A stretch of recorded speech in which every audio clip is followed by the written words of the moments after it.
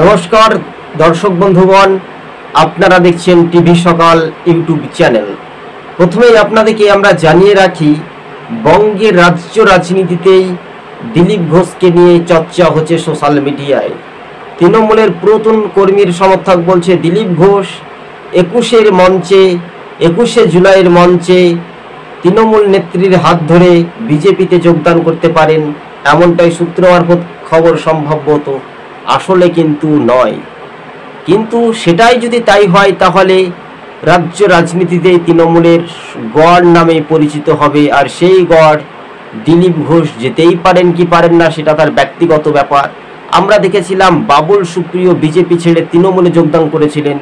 যখন তাকে মন্ত্রী পদ থেকে সরিয়ে দেওয়া হলো, যখন তাকে মন্ত্রিত্ব দেওয়া হলো না, এবার সেই পথেই যদি দিলীপ ঘোষ হাঁটে তাহলে শুভেন্দু অধিকারী বা সুকান্ত মজুমদারদের ভবিষ্যৎ কী হবে অবশ্যই আপনারা কমেন্ট বক্সে জানাতেই পারেন।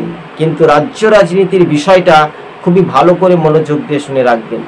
কপালে যদি থাকতো ঘি জুটতো না আর কিছুই কি, তাই না?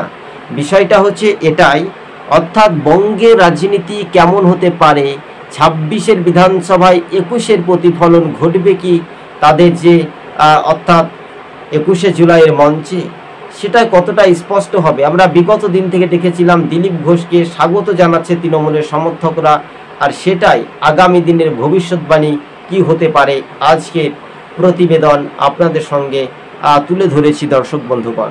তাহলে তৃণমূল 2026-এ ক্ষমতা থেকে বিদায় নেবে বলে আগেই কিন্তু প্রতিক্রিয়া দিয়েছিলেন অর্জুন সিং, তাই না? এই বিষয়বস্তুটা ভালো করে মনোযোগ দিয়ে শুনে রাখলেন আপনারা বুঝতে পারবেন যে আগামী দিনে যে মানুষের রায় বা জনগণের ভরসায় কি বিজেপি না তৃণমূল, সেটাই